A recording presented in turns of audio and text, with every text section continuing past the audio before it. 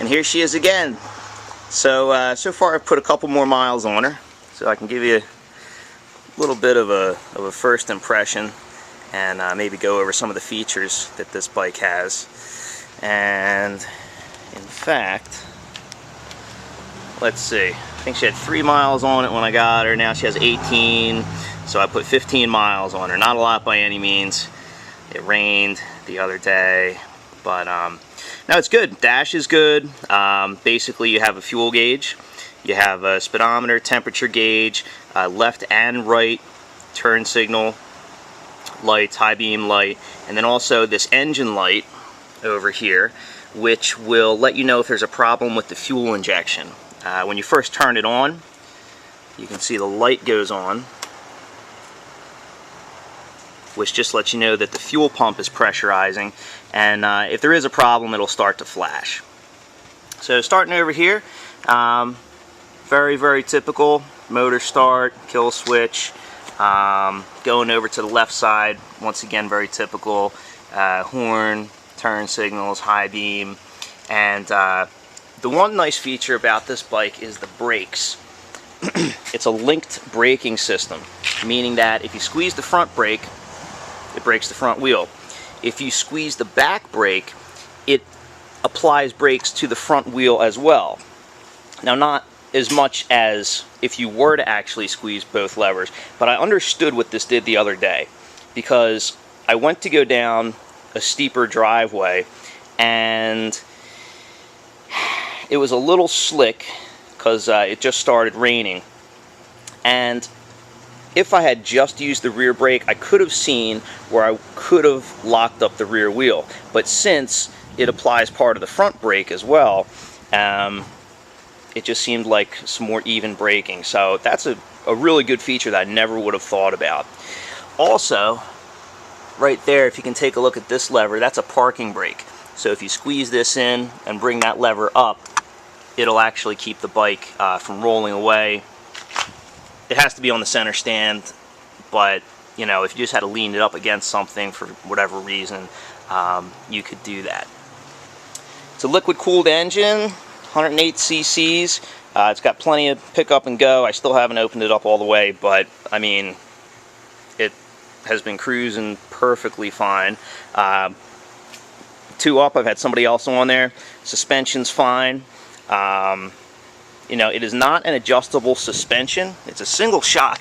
I don't know why they didn't put an adjustable suspension there, but not a big deal. Not a big deal at all. 12-inch tire in the front, 10-inch in the back, or wheel I should say. Center stand. The foot pegs are real solid.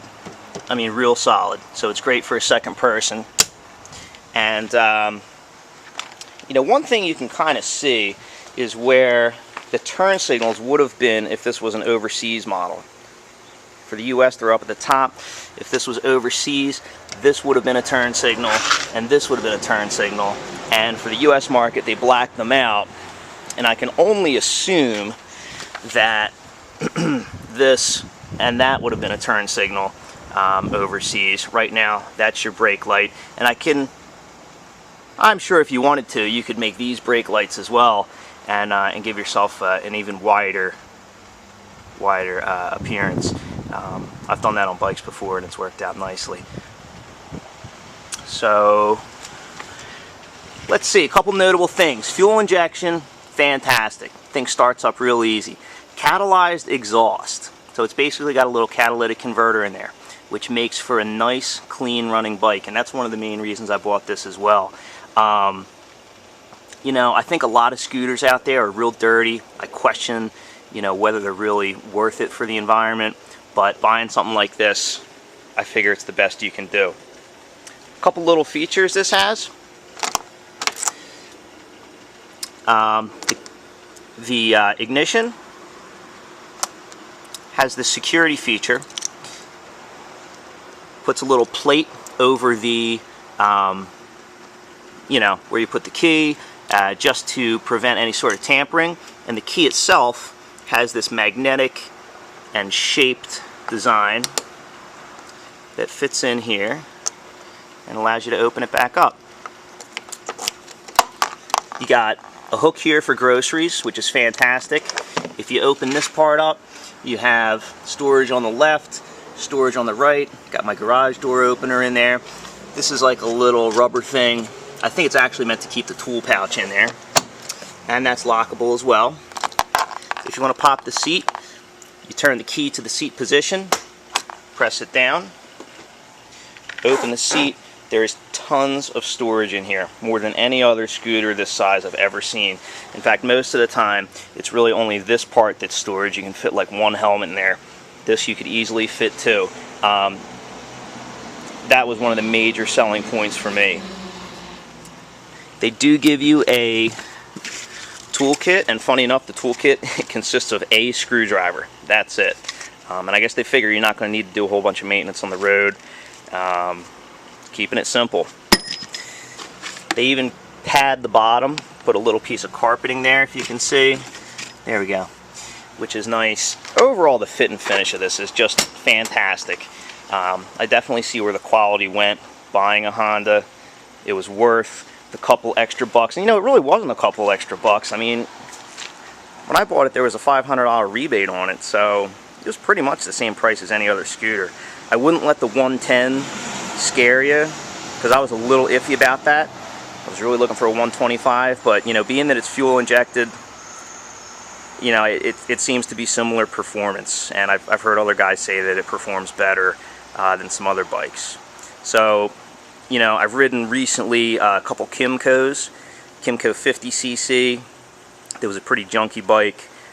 It was called a TB50 off, or Top Boy 50. That was overseas. And also I rode a Kymco People 125S, which was a great bike, which actually made me want to go get a scooter because it was so smooth. But you know what? This is exceptionally smooth. If you start it up, it's really quiet. I mean, real quiet. And let's see here. You don't even need to give it gas. Of course, you do need to turn it on, though.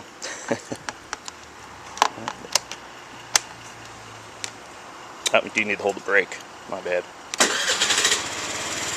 Look at that. Not even giving it gas. No choke to worry about since it's fuel injected. Super, super quiet. If you're standing back here, it's great. Even if you rev it up.